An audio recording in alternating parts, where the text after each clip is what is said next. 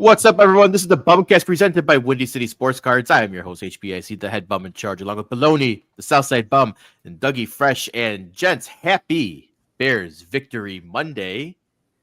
2-0-1 in the preseason. It is a good day to be a Bears fan. Football is less than 2 weeks away. We're celebrating the undefeated preseason. Is that what we're doing here, Jason? Preseason champs. Yes. This is what happened last year. Do you remember Eberflus? Eberflus was a preseason dynamo. So I'm just telling everybody to hold your horses a little. I don't want to be the party pooper. I don't want to be the party pooper. If we're undefeated, baby. Yeah. Yep. That was lame. You brought down the room real fast. I was gonna bring up the whole thing that I just saw not like 30 minutes ago about the whole YouTube and Fox thing. So I hope they figure that out.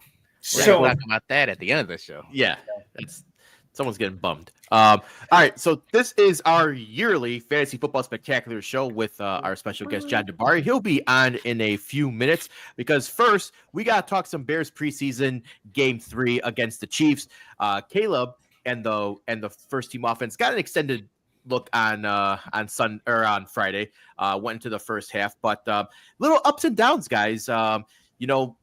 We saw a lot of our ones played their ones, and we saw kind of like, I would say in those first couple of drives, a regression from last week.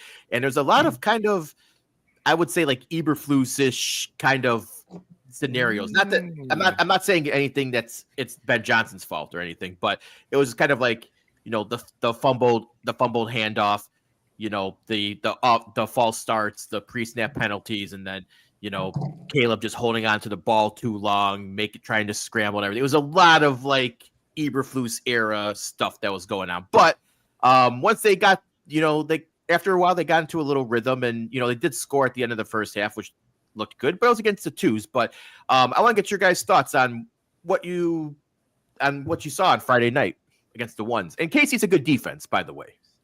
So that's where I wanted to start off with. I mean, the last 3 weeks, we said we're not going to overreact to preseason game 1, and then we are going to overreact to when they looked like world beaters against the Bills. And now I think I'm back to let's not overreact, but there is a little bit of I told you so. And I want to just remind you guys that I said that this offense is going to be a work in progress, and it's not going to be a finished product week 1, week 2, week 3, week 4. It's going to look ugly. I have a feeling this offense is going to look more like they did against the Chiefs than they did against the Bills. You mentioned it, the pre-snap penalties, Caleb holding onto the ball too long, that first fumbled snap or handoff exchange, if you will. That's all stuff that Ben Johnson's got a coach to stink out of them. They still stink. They haven't proven anything. They haven't done anything. But I have faith that Ben Johnson can power wash this team so that they're fresh and clean. It's going to take a while. And the first note I have is something that a lot of people talked about last year. Caleb getting the ball he's got to get rid of the ball faster. That's not a Eberflus problem. That's not a Shane Waldron problem. That's not a Ben Johnson problem. That's a Caleb Williams problem. I still have faith they could teach him out of it. That internal clock is ticking, but sometimes he just, runs into sacks. And you saw that against the Chiefs. The Chiefs are a good team. We thought the Bills were a good team, but it's a big difference when you play against ones than it is when you play against twos. And that's something I've been harking all preseason. It's like you're playing against 2s and 3s, things look a little bit better. The Chiefs, there's a reason they've been awesome for, the better part of a decade almost now. But yeah, it's a work in progress. But again, not overreacting. There was a lot of good. Especially more within the depth pieces, if you will, and Ben Johnson coaching in the second half. So there's things. I don't want to be all gloom and doom. I think they're going to be all right. I also want to point out as well, too, that yes, Mahomes was just doing whatever he wanted to do against that Bears defense. But there was some people out. that we didn't have playing on that defense. Obviously, we still don't have Jalen Johnson out there. We did not have Grady Jarrett playing as well too. He's a big part of that, defense where, there was no pressure whatsoever. Mahomes was doing whatever he wanted to do. And that, we had no Jalen Johnson too, so he was throwing to whatever wide receiver he wanted to. Or Gordon. Tyreek Stevenson, man, you got to do better, brother. Some of the stuff that he was doing is a lot of questionable stuff, so he's got to tighten that shit up. But yeah, getting back to the offense, I just think that it was a little hard. Maybe they were, yes, it was a preseason game, but maybe they were excited. It was like, oh, we're going to, play against the first, string defense of Kansas City. And, there they go. They started doing all this, false starts and all that stuff. But then he got it together. He still had a respectable, I think he had like 100 yards in the first half. Not great numbers. Yeah, not great numbers. He got a touchdown, no interceptions. I mean, obviously, again, how Peter mentioned, it's going to be patience. A lot of patience that's going to go on there, and a lot of the Bears fans are going to have to adjust to that. And we're going to see it. As much as you're looking at Ben Johnson and you're thinking that he's going to be a miracle worker. We're going to start putting up 400 yards, 3 touchdowns, no interceptions with Caleb. Yeah, that's not going to happen. And Caleb is going to have to adjust and fix that because, yeah, he's holding on to the ball way too much. As much as that offensive line has been upgraded, you still can't hold on to the ball that long period of time. It's not like, hey, I got an offensive line. I got a better offensive line than last year. I could hold on to the balls, as much as I can. I could scramble a lot better. When you face a defense like, you got Jones as your defensive end coming at you. And like I said, Kansas City is a pretty good defense. It doesn't matter how of an offensive line you have, you can't scramble along for a long period of time. So it was exciting towards the end, Bajan, everybody was all excited about Bajan and, down the stretch, and Walker was getting all those, that last second, touchdown, to win the game. Very exciting towards the end, but I'm not worried, man. Like, I'm just excited that football's back and it's coming up soon. Obviously, you guys are not college football fans. College football started last Saturday. And I say the real college football starts this weekend. So I'm excited about that. But patience. That's the Pee Wee Playhouse word of the day. Patience. Yeah, my only one takeaway, I only got to see highlights because, I'll get into that later on tonight.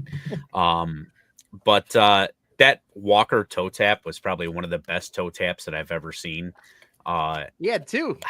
Yeah, the one on the sideline and the touchdown. Yeah, the one on the sideline was just it shouldn't have worked. It shouldn't have worked. His body was going the absolute wrong way, and it was one of the best that I've seen.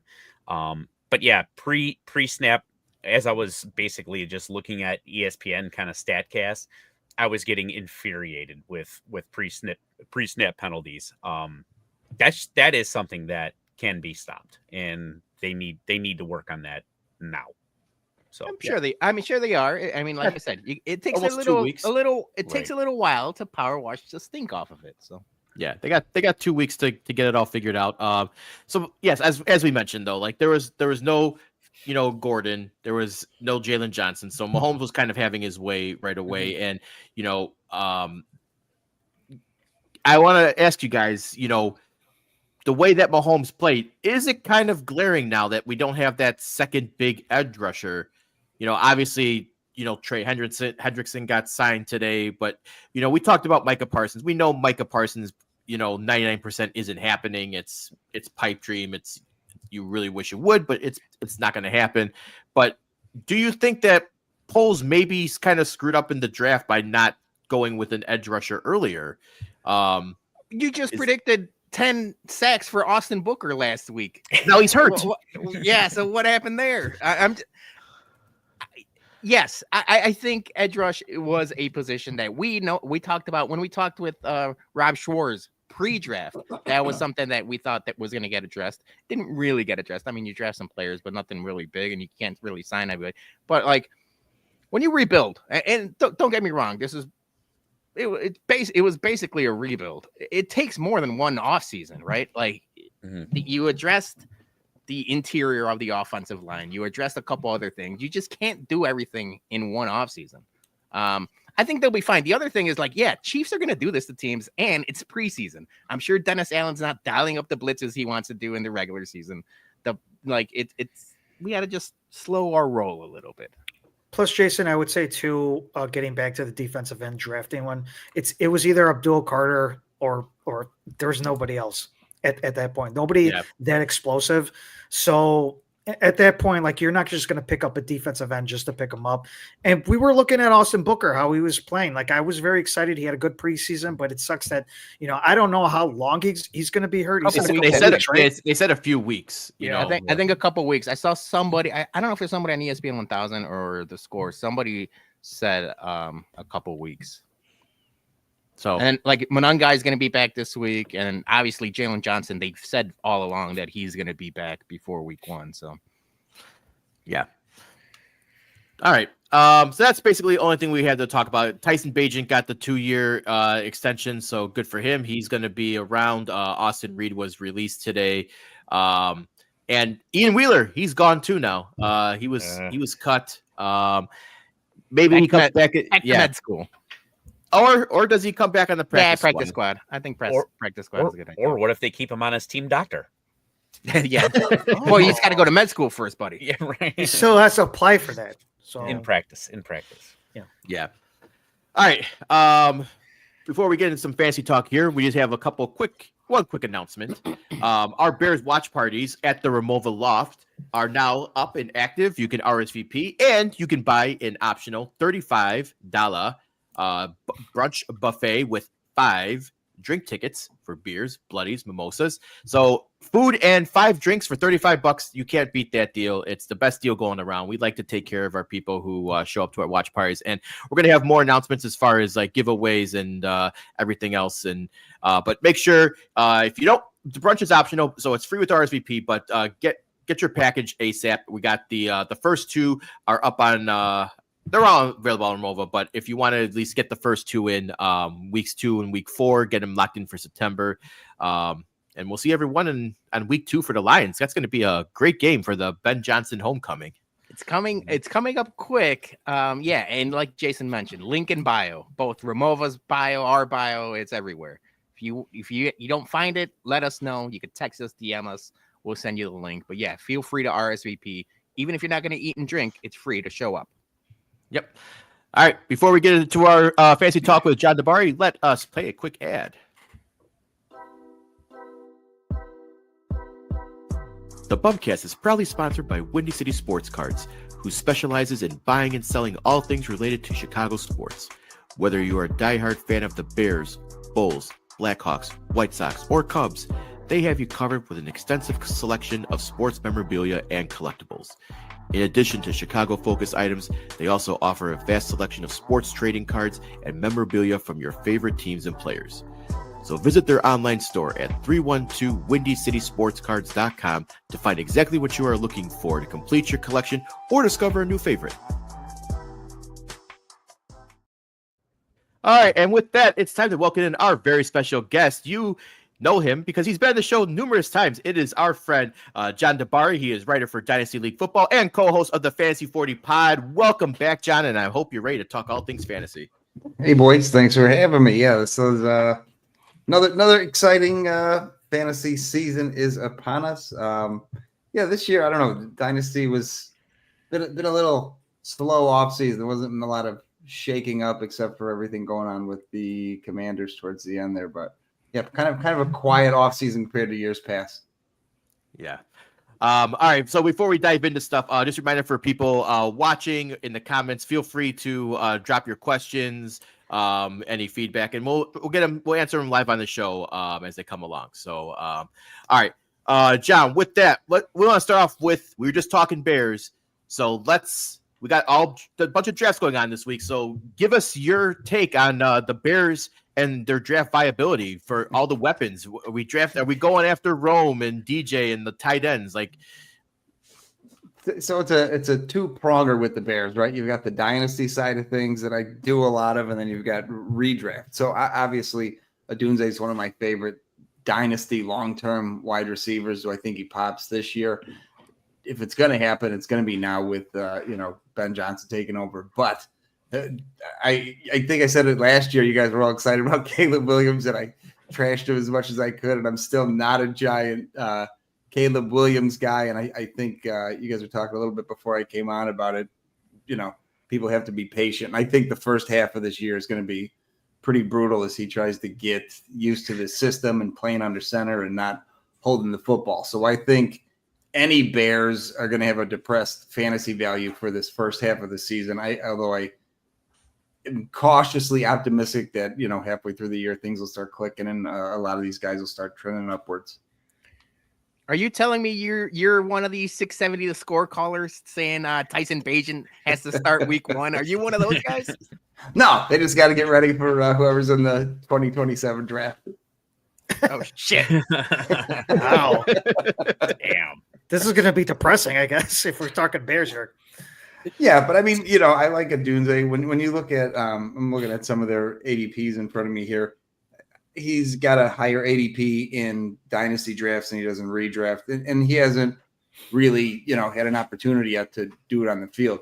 I think he's the most talented wide receiver the Bears have, so I wouldn't be shocked at all if he takes that next step and becomes their, alpha wide receiver 1 this year for fantasy. But again, I'm very cautious to start the year. At the end of the year, I think his numbers could definitely be there, but to kick off the year, it might be a little slow for everybody.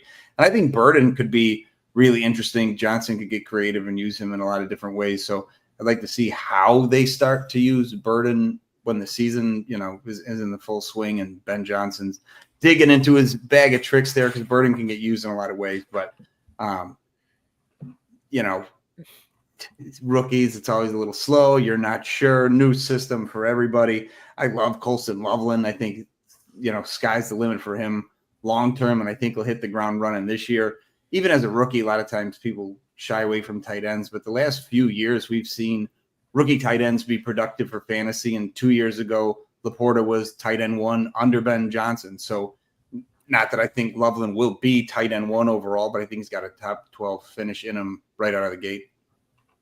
What about someone like DeAndre Swift, where we see the production that David Montgomery and Jahmyr Gibbs had under Ben Johnson, and we know that Swift had some time with Ben Johnson and they sent him packing, but everyone's expecting him to be the number 1 and kind of get a lot of the action. Are you high on DeAndre Swift, or you're kind of middling on him? Yeah, I mean, he's priced low end RB2. I think he finishes kind of high end RB2. I think he's going to get plenty of usage. Looking at the other guys are a little more interesting when you take into account their ADP. I like Johnson coming into the league, but I don't know what this coaching staff thinks about him. And, when push comes to shove, Johnson drafted Kyle Monangai, who was high on him relative to where he's being drafted.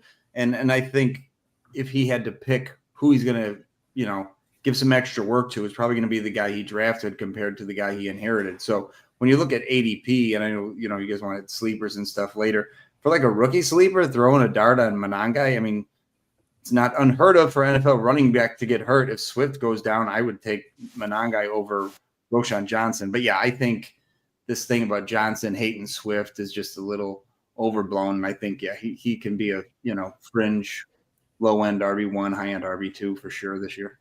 Yeah, we had our first draft this weekend, and Jason, you drafted Kyle Monangai fairly high. I mean, I wouldn't say it was a reach, but no. At the end of the draft, you were like, oh, Monangai can be a guy. We've been saying that all offseason.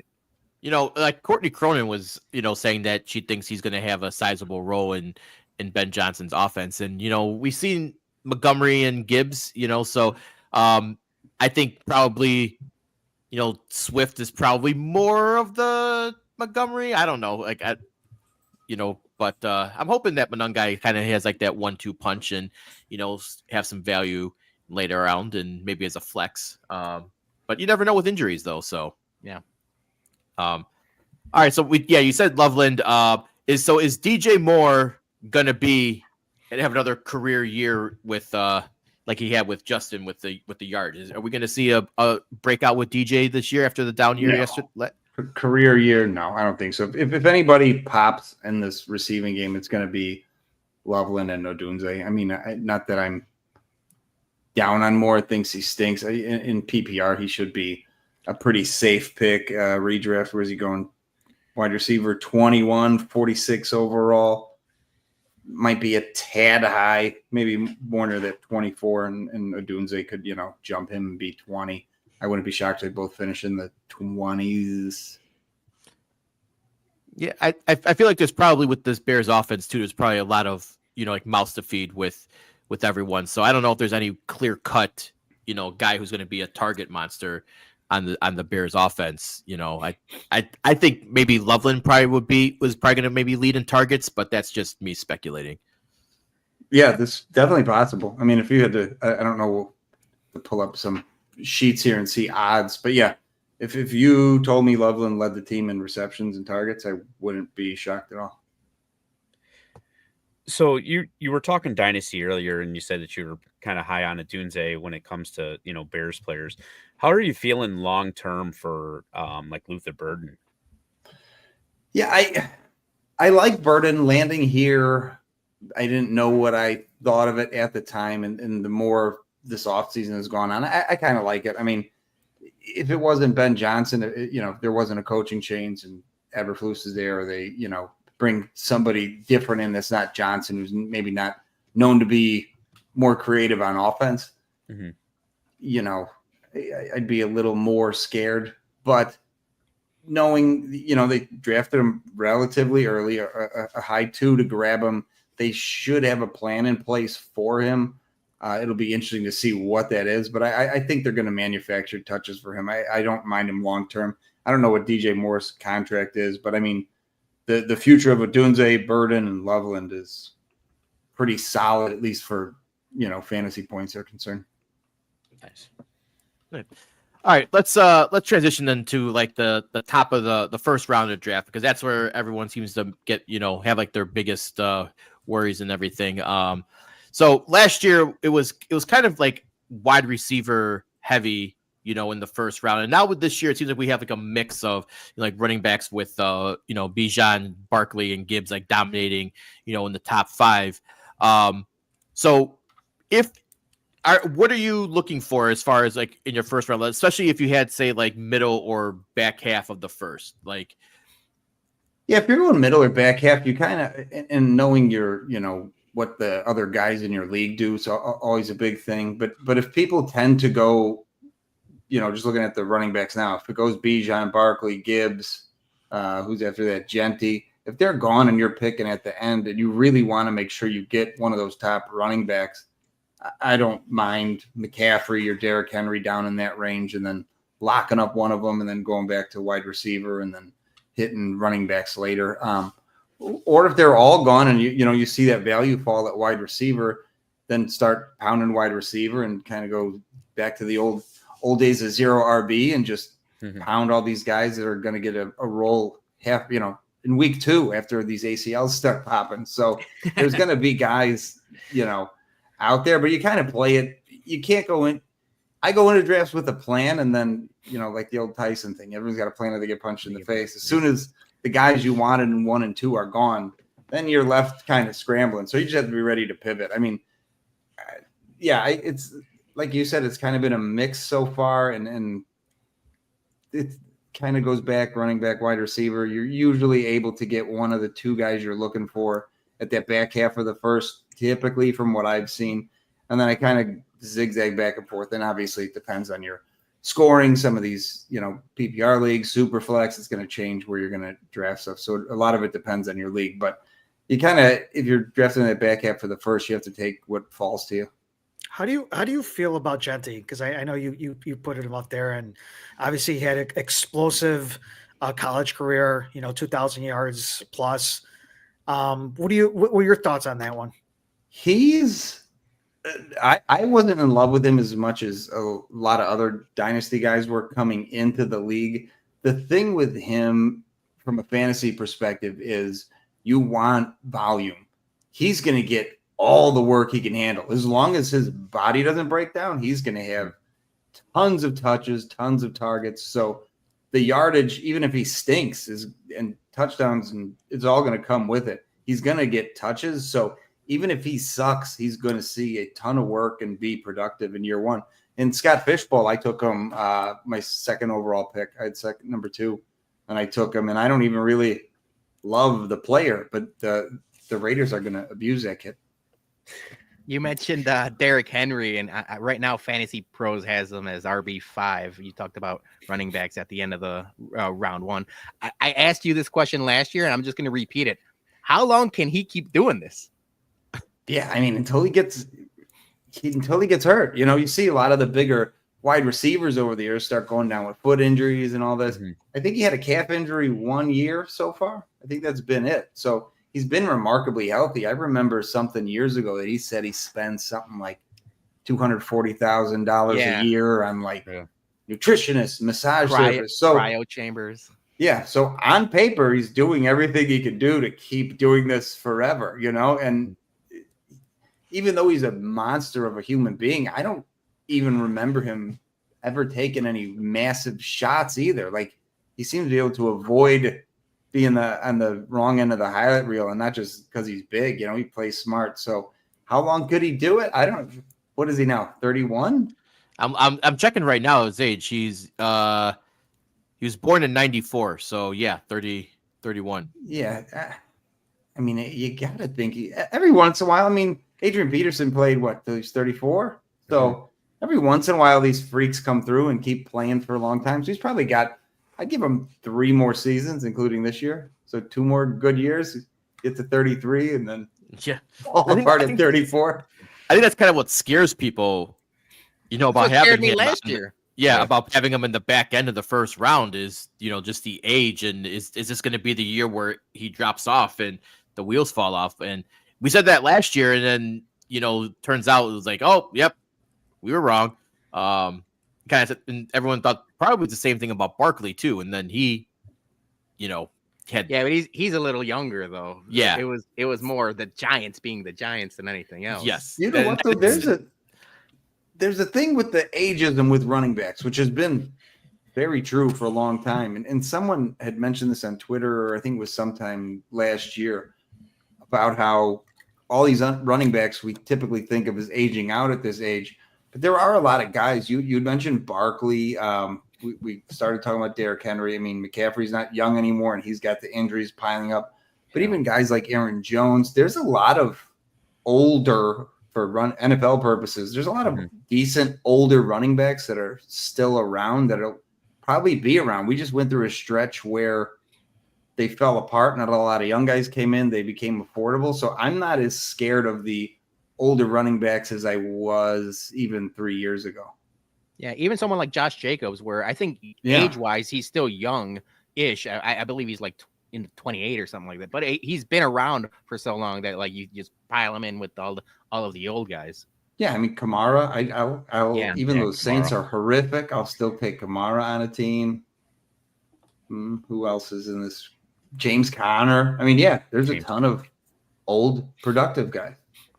I'm glad you mentioned ageism, because we noted BumCast. We are ageist against that is, but more less football players and more people in our comments. Yes. So a question about McCaffrey is that, where do you think he'll finish this year? Because every time he's drafted number 1, it seems like his stock just tanks. And then when he's taken middle, late route in the first, he finishes the season as first or second overall. So is this going to be history repeating, or is this finally the year where the injuries catch up to him? That's probably more history repeating, especially this year. They have one healthy wide receiver. I mean, they have nobody to throw to. It's going to be Kittle, and then it's going to be McCaffrey. So even if, maybe the plan of them trading for Robinson was to give Robinson a disgusting percentage of the rushing work and just use McCaffrey as a receiver out of the backfield until they start getting healthy out there. So, for PPR, I think he could be an absolute monster this year, especially in the first half. Our guy Jordan's in the comments. We got our first fantasy question saying, will Brian Robinson get a good amount of touches? Yeah, I mean, he's obviously got to get used to the system. I'm not familiar with everyone he's played with in Washington, so I don't know if he's ever been under the Shanahan tree before, so I don't know how he's going to fit in the system right out of the box. What's he got, 2 weeks with them before the first game? So he's going to have some, limited playbook to kick off the year. But I like I said, I think they're going to intentionally get him up to speed as much as they can to limit the abuse McCaffrey takes.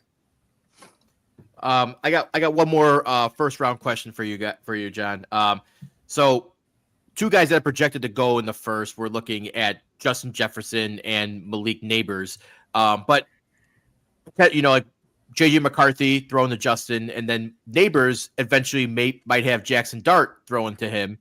Are you fading those 2 guys based on the quarterbacks? No, I love McCaffrey, and if what's his name, Kevin O'Connell can make Sam Darnold fantasy viable, that he could do it to anybody. Darnold's the worst quarterback in the NFL. I would take almost anybody over that guy. So yeah, he could be a QB1 under him. Sky's the limit for JJ McCarthy. And then for Neighbors, I think Dart is the best quarterback on that team for like real football, for fantasy purposes. I mean, for all of his shortcomings, Russell Wilson still throws a nice deep ball that would work in Neighbors' favor. And if they were to go to Winston for a little bit, there's nobody better for fantasy than that guy. Yeah. Just firing YOLO balls to that kid. So just volume. He's safe no matter what, I think. No love for Tommy DeVito? And unfortunately, Tommy's the odd man out. Tommy DeVito. We'll practice squad Tommy from now on. All right, so Justin Jefferson and Malik Neighbors are still keeping keeping some relevancy. And Jefferson, I mean, Addison's missing. I don't know. A couple games, right? First 4. Yeah, four. He's going to be out. Somebody else broke their hand, I think, or has a hand problem. So unless Ty Felton or Lucky Jackson, whatever that guy's name, step up, Jefferson and Hawkinson are going to just get all of the targets from McCarthy for the first, Did I see that they re-signed Adam Thielen? They were rumored to be trading for him, but I did not see that. Yeah, went so through like yet. they're retreading Adam Thielen. They're down. I mean, he had a good end of the season with Carolina. Yeah, just scooping up targets left and right. Mm-hmm. I guess the only thing about Minnesota is the uncertainty of what JJ McCarthy will bring. I guess that's the one thing that kind of scares me with it.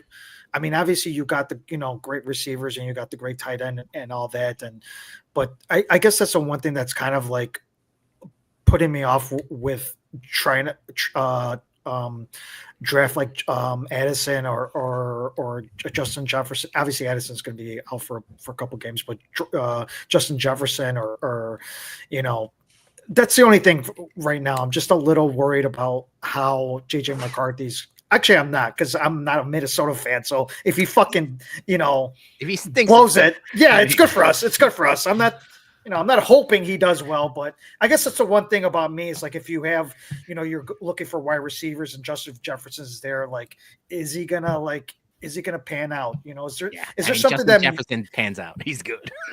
Yeah, but again, you're talking about JJ McCarthy. He's just coming off of injury. This is, he's still considered a rookie. So is there any like doubts, with drafting a Justin Jefferson or drafting anybody for the Minnesota Vikings? Oh, I mean, there's definitely for people that weren't convinced, his limited college sample size coming in, there were definitely some concerns from a lot of people. I've been a fan of his since high school. So, I mean, he won a championship in Illinois, won one in Florida, won a national championship. Whether it's been on his back or not, that's debatable, but the kid's been winning since he was 17. So you would assume that tends to continue. All right, let's transition now to rookies. That I think it's everyone's big thing is which rookie should we target? And obviously, Genti's the big name on the board, but give us some rookies that people might not be aware of, and that ones that you want to potentially target for like keeper leagues, dynasty leagues going forward? Yeah, so I went deeper. I mean, obviously at the start of all these drafts, the top first round, everybody knows those guys. The first round and a half, even through round 2. The only guy that I'm kind of fading in those first 2 rounds completely is Jaden Blue. I mean, I think the only reason his name even gets mentioned was being buried behind a ton of NFL running backs at Texas. Then he gets the NFL. He goes to Dallas. Dallas has the most disgusting running back room in the league right now. And then even with that, all the reports out of camp early were what a shitbag he was. So it's like, okay, I'll pass on Jaden Blue and take anybody else. So yeah, going a little not deeper, but a name right off the top if you're looking for somebody to target as like a keeper, not necessarily dynasty because he's going to be going nice and early. Emeka Ibuka in redraft, he's going like 96th overall. So okay, great. Next year you get him a round earlier. He could be. I mean, a year ago, Godwin was wide receiver 1 through like 11 weeks or whenever it was when he got hurt. He's out. What's his name? The kid from Washington's out. So it's Trey Palmer is their 3 now. It's all and Mike Evans. So it's all going to Ibuka. I wouldn't be shocked at all if he's wide receiver 1 overall through the first chunk of the year until everybody comes back healthy. I wouldn't be surprised at all. So, rookie drafts, he's getting bumped up everywhere. I saw something. I think he moved up like 16 spots in the last 2 weeks or something. Wow. But yeah, in like a keeper league where people are, all the veterans are mixed in and he's kind of slipping under the radar. Yeah, where you can get him next year even cheaper. Sign me up for that. Another guy, we mentioned JJ McCarthy, and like last year we knew he was out early. So people, if you took him in the last round of your draft last year, knowing you were just stashing him to be your quarterback keeper this year in round 19, what a steal. And you had mentioned Jackson Dart earlier. That's kind of the boat he's in now. He's going in the 17th round in drafts. He's going to be a starting quarterback a year from now. So you burn your 17th round pick this year to get a QB1 a year from now? Yes, please. Yeah. So you were talking Tampa Bay a little bit there.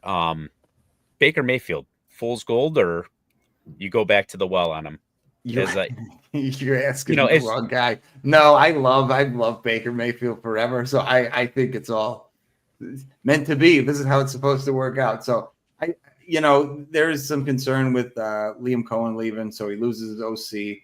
I think he's lost his OC 2 years in a row, if I'm not mistaken. So, but a lot of these teams, they keep a lot of the same guys in place. It's not like they brought in whatever, Chip Kelly, something new, a whole new everything. So it should be a seamless transition. They had a great offense last year. If it ain't broke, don't fix it. I can't imagine them doing much to wreck it. I like I said, I've liked the guy always. So I think he's going to be just fine. What did he throw 40 last year? Did he do that again? Yeah. I doubt it, but regressing to 30 isn't so bad either. I kind of want to go back to the rookies. What's your thoughts on Cam Scatterbo? I thought that he had when he was in Arizona State and I saw that playoff game, he was just running over everybody. He was just like a bowling ball. Kind of reminded me of just a smaller version of Jerome Bettis because he just kept on going on. So what's your thoughts on him? Because I know he's with the Giants and all that, but I'm just wondering if there's any like thought of drafting him later in the rounds, just as somewhere just to put him on your roster.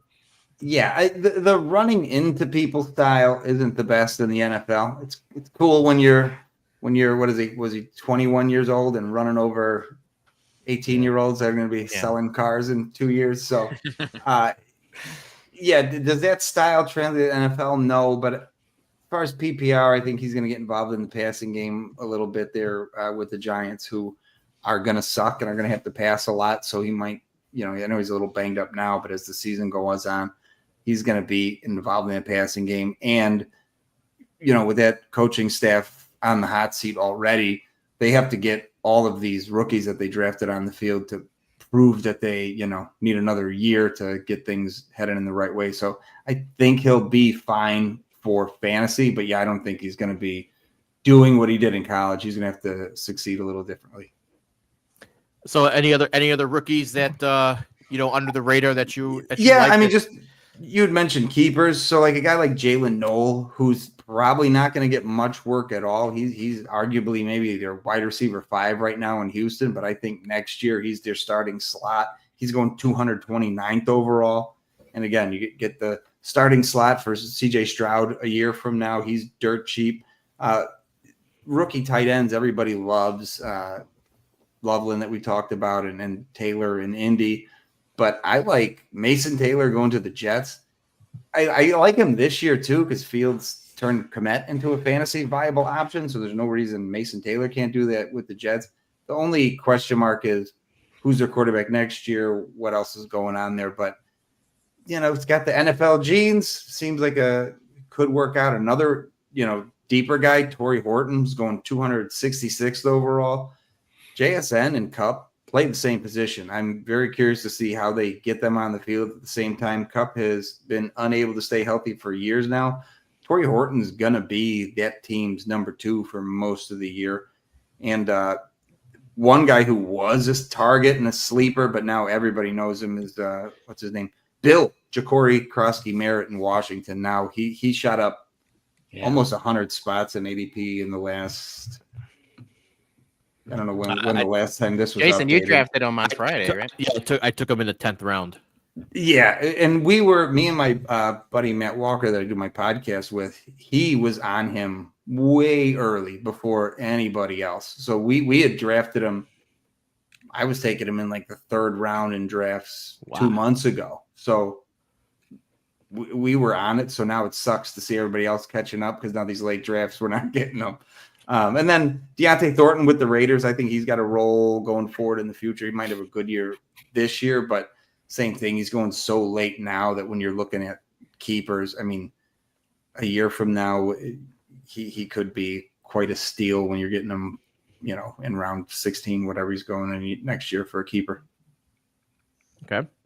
All right. So we got keepers. Now let's talk sleepers. So who is out there that we don't know and who's bounce back year that's, gonna have a breakout year? What do we say? What are we thinking here? Yeah, the thing that sucks about there just aren't sleepers anymore, right? Like everybody knows who Jalen Coker is, and he's a wide receiver 4 on Carolina. So there's really nowhere to dig deep anymore. So like for me, when I start looking at sleepers, I just start looking at guys who I think can blow their ADP out of the water. So you take somebody like Taj Brooks in Cincinnati. Everybody's all over Chase Brown. He missed 5 games last year. They cut Zach Moss. They brought in the over-muscled corpse of Samaje Perine.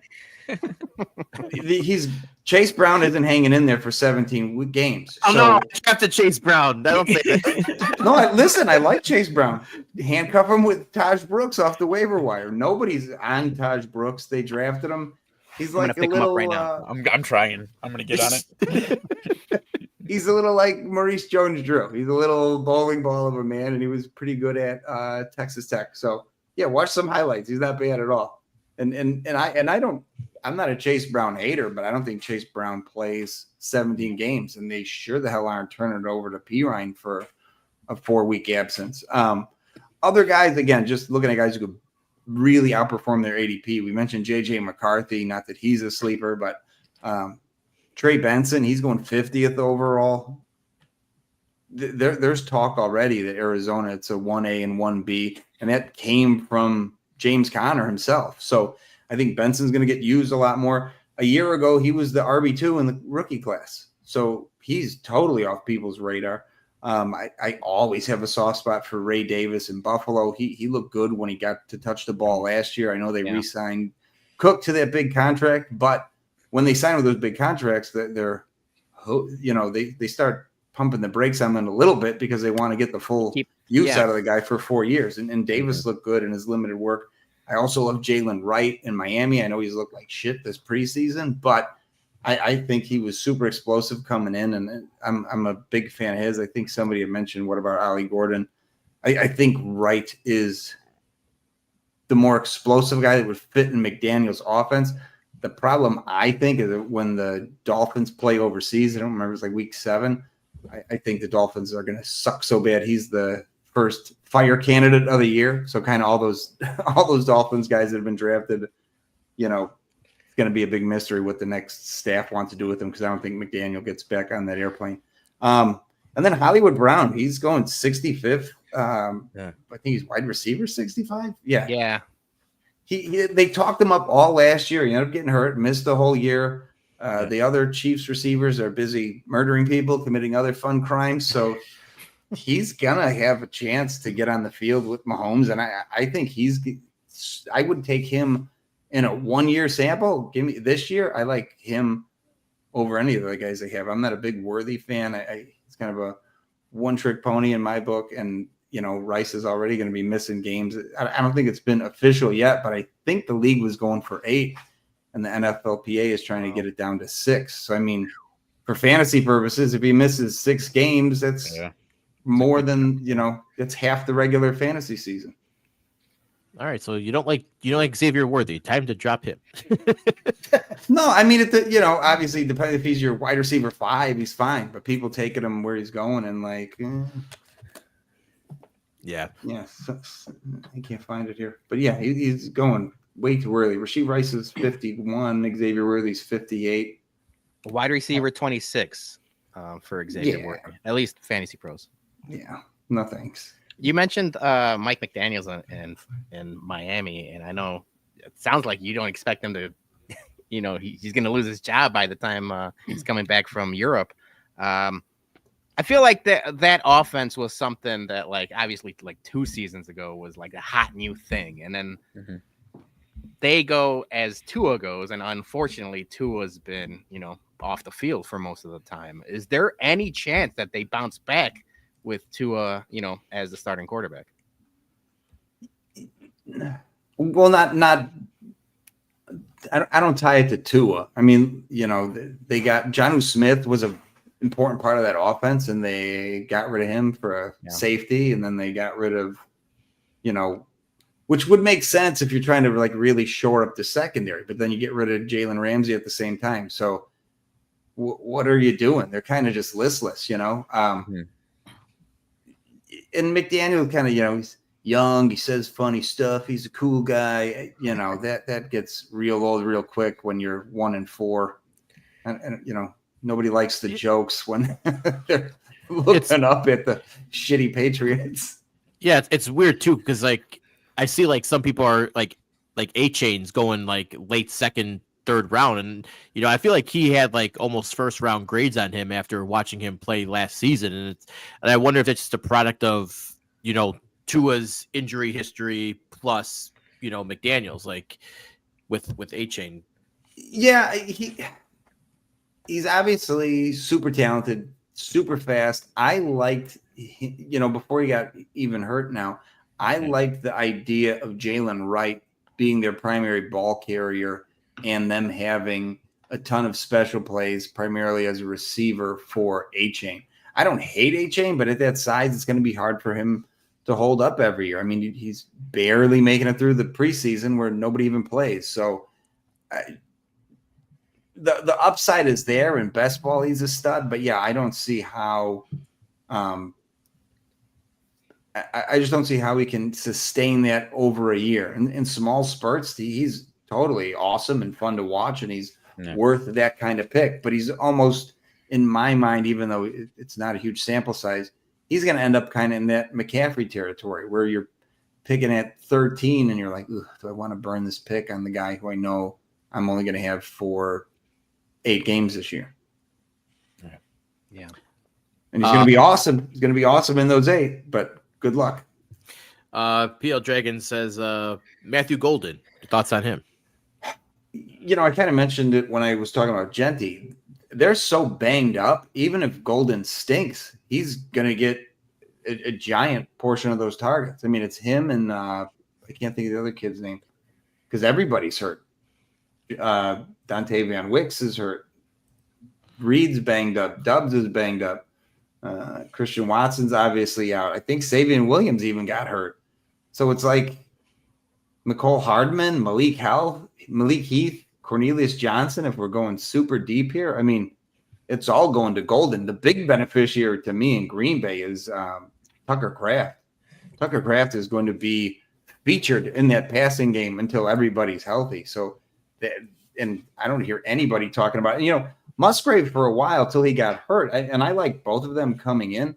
Musgrave looked good. Then he got hurt, and Kraft was an awesome prospect too and just took over the job. Because of their injuries, Musgrave could get involved a lot more earlier this year than people expect. And he wasn't a slouch when he was their starter before Kraft took over. And Kraft only got the job because Musgrave got hurt. All right, before we get into some other off fantasy topics here with players, backup running backs. Who do you like as far as like taking who you should be targeting? Yeah, or just even RB, like backup running backs that could give you, flex value even. Yeah, I mean, the thing is now so many teams, long gone are the days of the bell cow back and you're hoping to get, somebody who gets in there. I'd mentioned Ray Davis earlier. He was a viable running back for a big chunk of the year. Jalen Wright or, Ollie Gordon, one of them are going to be a big part of the Miami offense. So, and we start at the top with the Bears, talking about Monangai and how, they used the two running backs in Detroit. They're going to probably bring that system right to Chicago. You're going to have two viable running backs. You're going to have two in Detroit. So there aren't any real secret handcuffs. I mean, if you want to go deep, I always like Jaleel McLaughlin in Denver. Again, what's his ADP? He's at 81 right now. He's going to finish somewhere in the 40s. So a guy like that who's kind of sleepery, I mean, he's going to get rough, even with those two running backs ahead of him. He's going to get about 100 carries. He's going to get about 30 receptions. He's going to get about 600 yards. He's nothing special, but, when the bye weeks start hitting and your injuries start creeping in, putting McLaughlin in and getting 6 points is much better than, putting in going down Green Bay's depth chart here. You would have put in Chris Brooks and cross your fingers for 10 points somewhere, 10 yards somewhere and getting a point. Yeah. So there's a lot of those guys who their role. Unfortunately, like the old days where you go, oh, this guy can really explode because everybody even has their role. So when somebody gets hurt, it's not even the backup who's the beneficiary. It's like the third string guy who becomes the two, but then they lean on, their three a little more in the passing game. So it's kind of a mess. I mean, you just have to familiarize yourself with all the teams' depth charts, unfortunately. Okay. So I want to just transition now to like talking maybe like auction drafts and, FAAB strategies. So if someone's, doing an auction draft for the first time, I'd like to get your thoughts on how you go about it. And then any tips you can give our listeners for, FAAB, so we see a lot of people like blow their budget, like right away in the season. So, any tips for those two topics? Yeah, I'll start with the FAAB first. I am a big fan of blowing all that money right away because it's worth more in the first week of the offseason, right? If you spend, I can't think of anybody who's emerged the last couple of years in like week 1 or 2, but you put a giant chunk of that money on there, that money is going to 16 more weeks of production. Where when you wait, you may get a guy in the playoffs, but that money is just good for 2 weeks of the year. So for me, I don't mind blowing that money early, especially when there's injuries and someone just fell into that role. I mean, you mentioned Jackson Dart. So saying you're in like a shallow league and nobody drafted him and whatever, Russell Wilson gets the Alex Smith leg treatment. Oh, shit. Then it's worth every penny. If $1,000 in FAAB, you dump it all in Jackson Dart. And I don't think you're going to regret that in week 17 when you can't get Kyle Monangai, right? So I'm definitely a fan of that. It's burned me in the past where I'm in the playoffs and I'm waiting for everyone else's waivers to clear so I could put a $0 bid on somebody's wide receiver 4. So it does come with a cost of you losing it at the end of the year, but you have to get to the playoffs to win in the playoffs. And if you don't get the players early in the year, you're not going to make it in the playoffs in the first place. So I would rather blow all the money at the start of the year and then cross my fingers. The only thing you got to watch out for is some leagues don't have a $0 minimum. So if there's 17 weeks and you want to just have a bullet in the chamber, and just to make my math easy because I'm stupid, you have $100 in FAAB. Make sure you're only doing 84 on that top guy because you may need the other $16 over the weeks, if my math is correct. Yeah. No, I love it. I love that strategy. I do it every year. I waste all of my money like by week 4, and then I'm penny pinching the rest of the way. But like I do think like you get more value, especially like if somebody goes down week 1, week 2, or even just somebody like who's the tight end from Likely, the tight end from the Ravens who he had a crazy week 1. Everyone went crazy. I'm like, let me try to get him. He ended up having a really good season. I'm happy I spent like he had like 2 good weeks and then he fell off for. Well, I got those 2 good weeks. I spent like $35 on him after week 1, and then I got like fucking like one other good game out of him like the rest of the season. There is something to like waiting to week 3 to really pouring it on, because a lot of people do go completely nuts and then their money's all gone. So you can kind of still bid, but knowing what kind of money everybody else has. Again, just using the $100 example, if no one else has more than $76, you could bid 77 and win anybody. So there is a little strategy to maybe pumping the brakes on it the first week or 2, but once that's out of the way, I mean, spend all that money as early as you can. Oh, and then auction. Yeah. So I've been waiting to hear your strategy on this because I've just recently got into a couple auction drafts, and it's a fucking shit show. I mean, it's a total shit show. Like you can't especially when you're playing against people that like you've never drafted against before. You have no idea how these people are going to spend their money, and everything just goes fucking south. So I want to hear it. Yeah, so there's 2 main school of thoughts, right? There's the stars and scrubs strategy where you dump as much money as you can on the high-end guys. Mm-hmm. And then, at the end of the draft, you're getting all those $1 players. Similar to the FAAB thing, I have found I like those results better because a lot of times everyone got rid of all their money. So you're just winning the guy you nominated. And obviously a lot of the top players are out there first. Unrelated to like doing the budgeting, I always nominate guys I have no interest in drafting because I'm hoping other people, I'll never have Kyle Pitts on a team, but I know he still has his Kyle Pitts believers. So I'll nominate Kyle Pitts and watch everybody else piss their money away on someone I have no interest in rostering at all. So I'm in an auction right now, and let me pull up the results and see what's happening here. Yeah, when you look at what's weird is when you look at it after, there are a lot of goofy values that emerge, and you don't even realize it when it happens. Like, I got Jamar Chase for 147. We have $1,000. Okay. Chase Brown went for 105. Jamar Chase is worth $42 more. So I feel like I got a deal. That guy should feel he got ripped off. Then you look at some of the quarterbacks where you have where'd Burrow go? There were some good ones in here, some crazy values. But yeah, Purdy went for 151. Drake May went 152. Lamar Jackson only went 160. So it only cost you $8 more to get Lamar Jackson. Yes, please. So yeah, you got to kind of watch how it goes and see any draft where you could kind of track where people went ahead of you to kind of get an idea on pricing. And then you also got to watch teams' rosters too while you're at it, because you could end up getting a bidding war with someone who doesn't have a quarterback yet, for example, and they're willing to piss all their money away because they have to roster at least one good guy. So you do have to keep in mind what other people are trying to do, especially with quarterback. But yeah, I'm a big stars and scrubs guy because a lot of times the $1 guys are pretty good.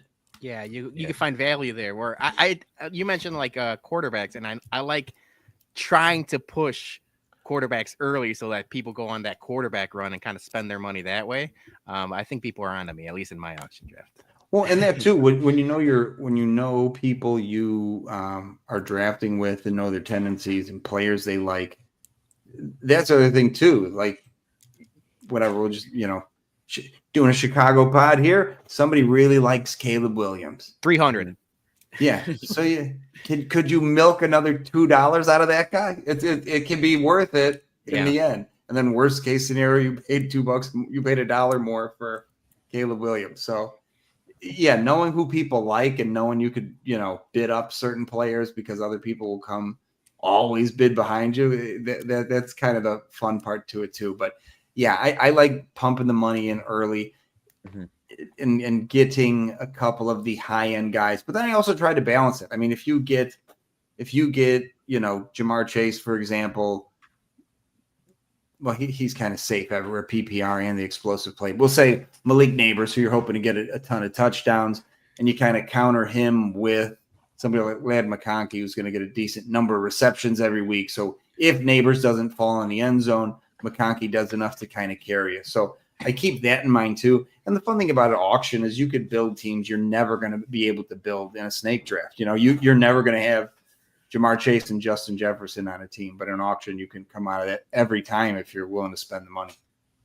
Yeah. And I would rather spend it. That was the one strategy that I went into it last night was I never nominated a player that I wanted. Not once. Never. And yeah, it worked out pretty well for me. But yeah, it was I kind of sat back a little bit for the better part of maybe 3/4 of the first round. And then everybody was kind of blowing their money. We only have $100 or no. Yeah, $200. We have $200. And yeah, dude, it was wild. Jamar Chase went for $87. Yeah. Yeah, I've done that. I 200 and I was like, holy shit. Yeah, I've done the cautious approach where I kind of let people spend money first, but then sometimes you get stuck with. That's burned me in the past. Yeah, like trying to be patient, and then I got all this money, and all the good players are gone. You got a bunch of money, and now you have Geno Smith and Sam Darnold. So like maybe I should have spent $2 more on fucking Joe Burrow. But a lot of the times, especially in auction drafts, is like that's the learning process, right? Like you're not going to go in year one of like an auction draft and thinking like you're going to dominate the room. At least I didn't. It took me a couple to really get a feel for them, and then it's like, oh yeah, I got to spend money here. I got to be patient here, but it takes time. Yeah, and if you want somebody, spend the extra $1. You're going to be much happier getting the guy you wanted than all year going. If I only spent $3 more on Joe Burrow, I'd have been in the playoffs. So it's worth spending it to me. And like I said, you could build, on paper, the best team ever. In one of the auction eliminators I had 2 years ago when Chase and Jefferson both had monster years. I had them both, but they both shit the bed week 1, and I lost, and all my players got tossed back in the pool. But it's like, it was fun for a week. All right. Last topic before we go on some just final questions. Are there any teams that you're avoiding in fantasy this year? Yes. I mean, there's obviously players. New Orleans. Yes. There's obviously players that even on a bad team, you're still going for. But the simplest way to do it is just look at projected highest scoring teams. And, Cleveland's dead last. The Giants are next. And Cleveland's last by a relatively, big margin. Then the Giants, Saints, and Jets are in the next tier. Then Tennessee, the Raiders, Colts, and Panthers. Then after that, it bumps up a little bit to get to Pittsburgh. I mean, the Cleveland, Jets, Giants, and Saints are all projected to score under 20 points a game. So there's not even 3 touchdowns to be had every week per the experts. So you go, okay, even if you want, we mentioned Malik Neighbors. If they're only looking to score 2-ish touchdowns a week all year, how many of those go to him? I mean, could be a giant percentage of them, but risky. What's 70% of a pile of shit? Nothing, So not that I would, not that you're fading Neighbors, but you have to go into that knowing he's on a bad team. You look at that Saints roster, boy,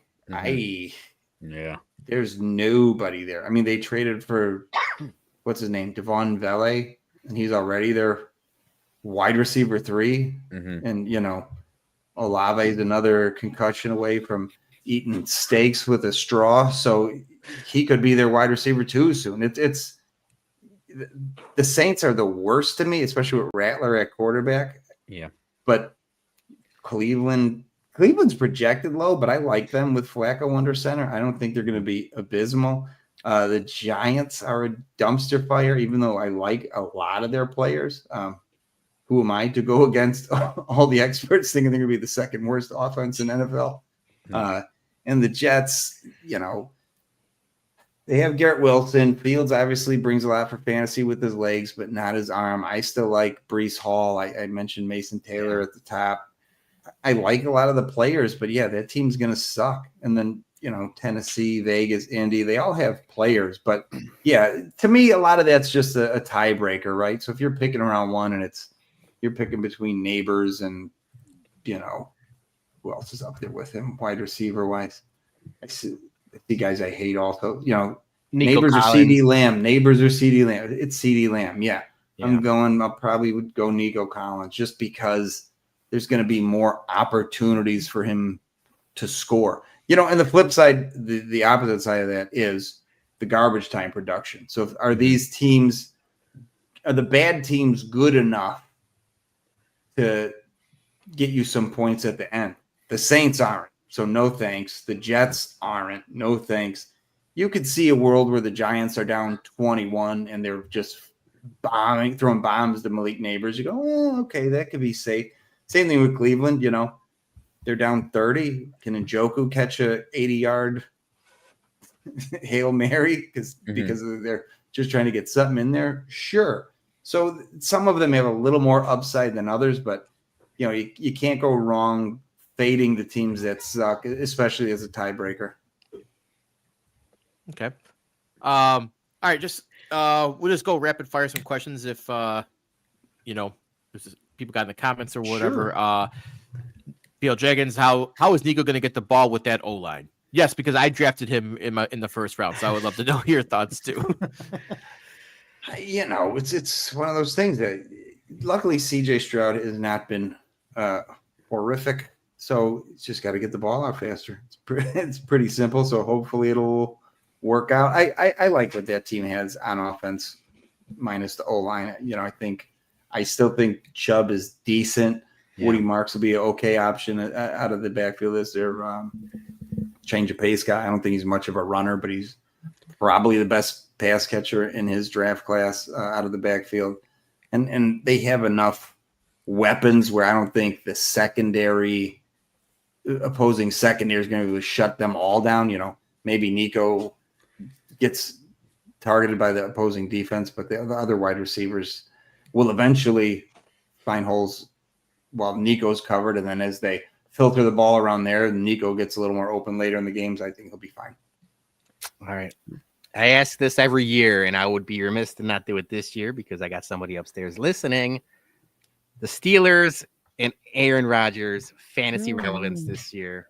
We could talk trash all we want, but I won't say anything bad right now. I'll keep my mouth. I've gone back and forth, and I heard somebody somewhere say maybe he's got one good year left in him, and I think it is possible. I don't think it's going to happen 2 years from now, right? So if it's going to happen, it has to happen now.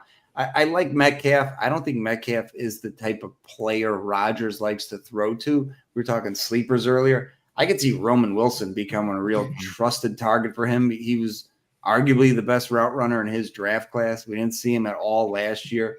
If he can run good routes and be exactly where he's supposed to be, Rodgers will absolutely give him way more targets than he ever deserves. They brought in Jonnu Smith, which is okay, but Freiermuth was already a fine tight end. I mean, they obviously are concerned about that wide receiver room. Calvin Austin on paper is there too. So I think we're going to see a lot more 2 tight end sets. Jonnu Smith was with Arthur Smith in Tennessee, so they've got a connection there. So I think they're going to use a lot of 2 tight end sets for Aaron Rodgers, who notoriously hasn't targeted tight ends, at least his time in Green Bay. So that'll be interesting to see how that pans out. But I think Pittsburgh, once again, gets one game over 500. Ooh. The Tomlin streak lives. We got asked about sleeper defenses or just any defenses you should be targeting. Ooh, good question. I don't play in a lot of defense leagues anymore. So off the top of my head, I'm not quite sure. Philly's always good. The Bears should be good. Trying to think of my IDP leagues, what kind of defensive ends I'm looking at. Yeah, I'm going to kick the can on this one. But yeah, I think the Bears will be fine. I think, Pittsburgh's going to be fine. The teams where you're going to get sacks, I mean, that's where a lot of those fantasy points are coming from, the sacks. And the sacks end up, pressuring the quarterback. Pressuring the quarterback leads to interceptions, gives you more fantasy points. So I suspect, any of the teams that have the high sack guys, I know Denver should be pretty good this year. So there's a couple out there. All right, question for you. There's particularly like 4 quarterbacks, Hurts, Daniels, Allen, and Lamar, all looking around that 3rd round on ADP. Is that smart for their draft, or is it is it kind of too high at that point for those 4? For a long time, I liked for single quarterback leagues, I like being the last team to draft a quarterback. So give me QB 12, and then I would often be the first guy to take my second. So I want quarterbacks 12 and 13. You can have those high-end guys. The last couple of years, though, those high-end guys have really separated themselves from the rest of the pack. So I don't hate it as long as you're not taking a backup, until the last 2 rounds of your draft. If you're going to burn that early draft capital on them, don't double dip early and make that mistake. But yeah, the upside for and Daniels too, I got to see it 2 years before I fully buy in. And I do believe in him, but I don't trust anybody after 1 year. But yeah, Allen, Jackson, Hurts, if you're going to taking them early, I don't hate it, but yeah, don't compound it by taking your backup quarterback, any time before you have depth at all your other positions. The more interesting guy I like this year, and I've mentioned his name a couple of times unintentionally, the Cincy defense is going to be so fucking bad. Joe Burrow, they're going to have, I think they lost 8 games that they scored 30 points last year. Last year. Is that stat right? Yep. Okay. Yeah. They're going to be far worse. Yep. So they're going to have to score 40 a game every week, and they can. That's the best part of it. So, yeah, he doesn't run much, but I wouldn't be shocked if Burrow has an all-time great passing season. So if you're in one of those leagues, you get bonuses for yardage, 6 points for passing touchdowns and all that goofy stuff. I love Burrow. I'm assuming this is why Jamar Chase is number 1. Because the defense sucks. Yeah. I think so. Well, he's obviously a monster anyway, and he had a big year last year.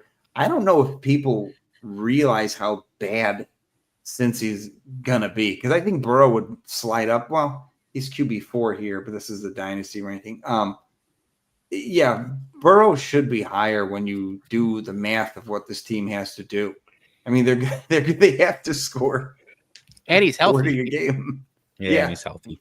He doesn't have the wrist. He doesn't have the ankle, knee, whatever he had.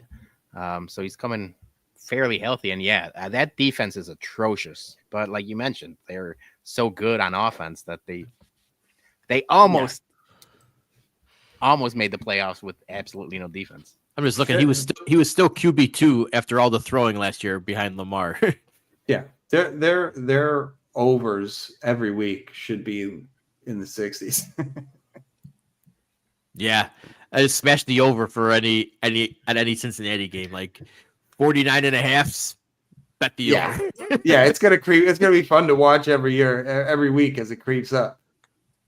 The 57, they went over again. And the line's 59.5 over again. Yeah, I'm pretty sure they're gonna put that up. It's not gonna be like 49.5. It's probably gonna be like 57 or something up right higher. Now, week 1. I just want to see what the over is for Cincy. Whatever it is, take it. Yeah, you made Going Peter over. happy because he had the number 1 pick in our Bums League, and he took Jamar, obviously. So he wants he wants those 40 games. All right, week 1. This is tough because they play the Browns. The Browns might not score 13 points. So right now the over under is 46.5. Over. Oh, Yeah, so over. now I think we got to bet the over now. Put it in now before it goes up. Yeah, that's 20, All right. 28 to 31. That's certainly possible. So my question that I have for you, we've had great internal debates in between and all the guys on the screen. How many leagues is too many leagues? Good question. Good question. The cheap answer is when it stops being fun. So it's like, No, don't give me the pamphlet answer. no, but you know what it is for you when you hit it. When you're like, when you're up to 3 a.m. doing waivers before these stupid Thursday night football games that I hate more than anything. Set your alarm Yes. for 3:30 in the morning to make sure you get a jump on. Yeah. Thanks, NFL, for this Thursday treat every week, and I get to set a lineup while crossing my fingers that the guy I bench doesn't get activated for Sunday and score 60 in my fucking IR slot. Yeah. I mean, as long as you can manage it, right? As long as you're not ignoring leagues, there's leagues where you're not setting lineups. That's why a lot of people have moved to best ball now, because they can have 300 leagues and don't have to pay any attention. They just check the scores on Monday and go, oh, I won. If you're setting lineups and stuff, as long as you can keep up with it, then that's the correct amount. Once you forget waivers or forget to set a lineup, then you're probably too many. I unintentionally cut back. A lot of my leagues folded. I think I'm in 13 this year, but even 3 years ago, I was probably 30-ish, tad under that. But I know. I know several people who are in triple digits if you count best ball. that's incredible. Shit. Wow. I'm in 9. So Nothing wrong with 9. 9's a lot. Some people think 9 is crazy.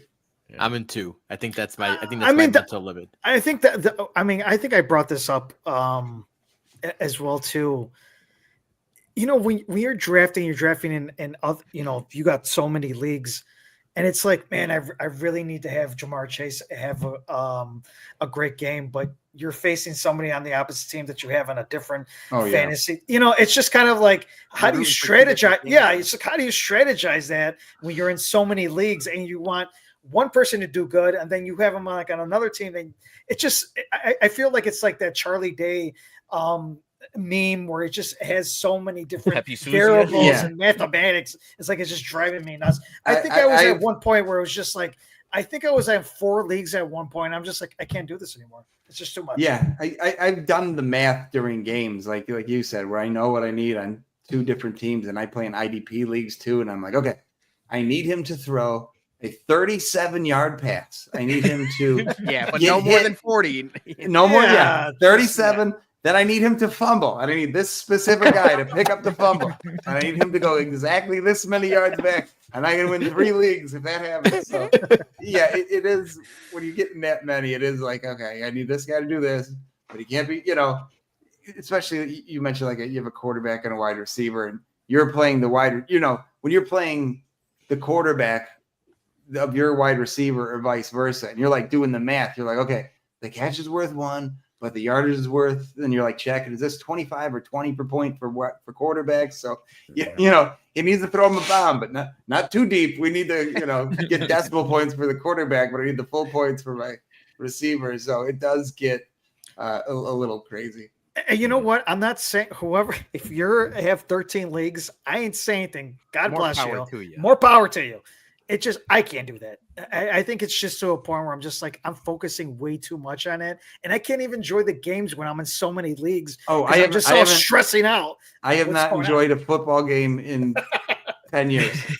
No, it sucks. And I mean, for me too, a lot of it, I join different leagues with different scoring, and a lot of it's for content, right? It gives me other stuff to write, and none of my 2 leagues are the same. Every league has different scoring, different lineup settings, different everything. So that's the only thing that I like about the way I do it is I have 0 leagues where anything is the same. If they were all the exact same scoring, same roster size, same everything, yeah, I'd probably be disgusted. But yeah, I have auctions in there. I have rookies, IDP. I'm on MFL, Sleeper, ESP. That's the biggest pain in the ass, actually, is just remembering to have all those tabs open and going, did I check? Because then you go, oh shit, I didn't look at Sleeper this week, or So that's the goofiest thing, is having them on all the different sites. But as long as I have every league is unique, I still have fun doing it because every league's different. And then that even goes into the draft, because obviously with a best ball league versus a league that has PPR scoring and standard scoring and all the different superflex, non-superflex.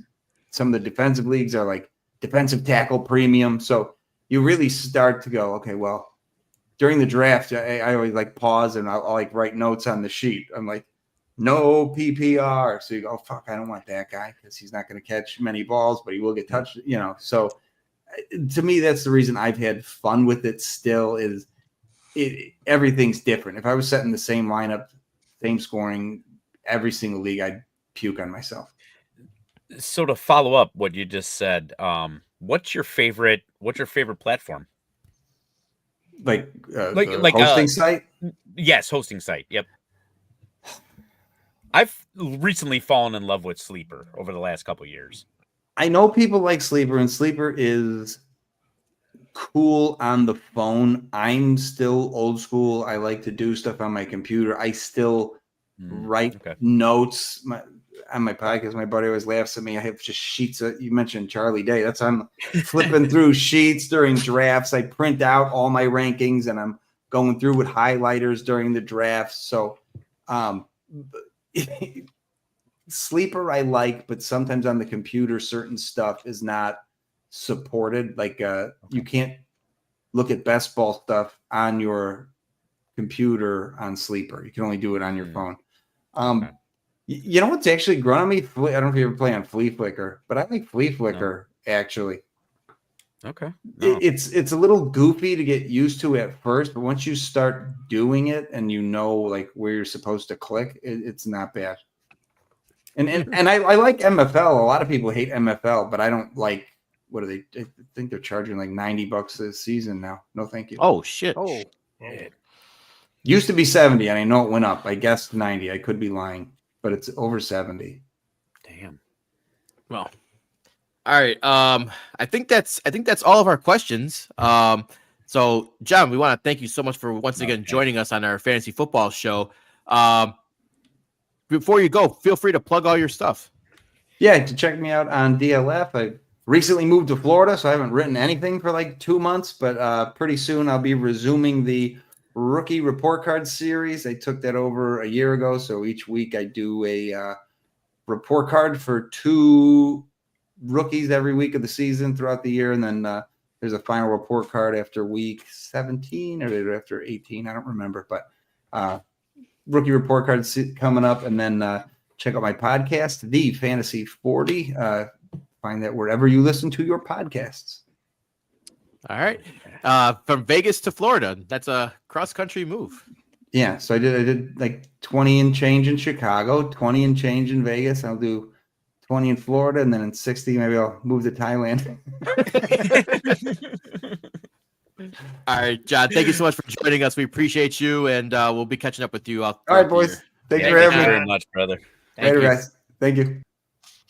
All right, that is our fantasy football expert, John Di Bari. Once again, he joins us every year, and we really appreciate him hopping on for an hour or so every year and talking fantasy. It's great to talk. So, all right, we're going to close the show, as always, with our bums and MVPs. So let's go. I think he's a bum. I think he's an absolute bum. You call me a bum? My man, I take that with pride, with honor, that I'm a bum. I'm the king of the bums, baby. Because you're training like a damn bum, you know that? Bum. A bum. Bum. All right, let's get to our listener bums and MVBs. First up, Sidney Brown. His MVBs are the White Sox and CHSN for their hospitality yesterday in their suite. Colson Montgomery's home run and home runs 3 in a row. Good for him. I like it. And NFL preseason finally being over. Colson, man. We didn't talk any Sox past couple weeks, but Colson, he's on fire. Fucking love seeing it. Grabbed the first career grand slam on Saturday. Hell yeah, go Colson. We talked about him a lot. We talked about a lot on your farm report at the beginning of the year and everything else. And I said, hand up, I hope I'm wrong. And I'm putting my hand up. I think I was wrong, man. I think that power translates so well. I just didn't expect him to be this good, this fast. So hopefully he keeps it up, man, because it's like that team with him in the middle of that lineup hitting home runs is drastically different. And we've talked about it. It kind of expedites everything because now, Carroll's getting on base and Teal's getting on base and all these guys. I think there was a note, the first 6 RBIs were from rookies yesterday. So it's like all of these rookies producing. The 108 guys have the fun bad out there, but the fun bad's not going to last long. I think these guys are going to be fun, not fun good, but maybe fun decent. Fun decent, yeah. Fun decent soon. Fun mid. Yeah, fun mid. Ooh, mid, Fun yeah. mid. And Luis Robert's doing good since the All-Star break as well. He's been awesome. Yeah, he's been awesome. A lot of people saying, "Told you so." We shouldn't have traded him for nothing for peanuts. So yeah. And his bum of the week is My Sox Summer for stalking, in quotes, Chuck Garfien into the bathroom during yesterday's game. Do we know the story? We need the story behind this. So apparently, I guess they were walking into the bathroom together and had just having a conversation. I don't know. I wish My Sox Summer was in the comments or hop on to defend himself, but maybe he was just trying to sneak a peek at what Chucky was packing. Yeah, trying to see his checking his religion. I think we all know. I think we all know the whole Ace Ventura, scene. Yeah. Interesting. We got to get to the bottom of this. Hopefully, he addresses it soon. Yeah. All right. Next up, we got Colonel Bourbon, MVB. Me for wearing Angels Envy shirt. It warms my Kentucky boy heart to see the Commonwealth represented. You know what? I'm not the biggest Angels Envy fan, but I'll still wear the shirt.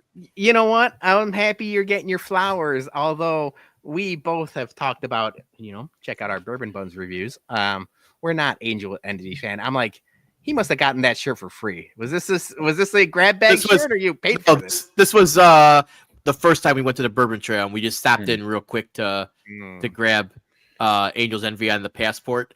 And I was like, I might as well just buy something. So a lot of stuff was overpriced. A lot of stuff was overpriced.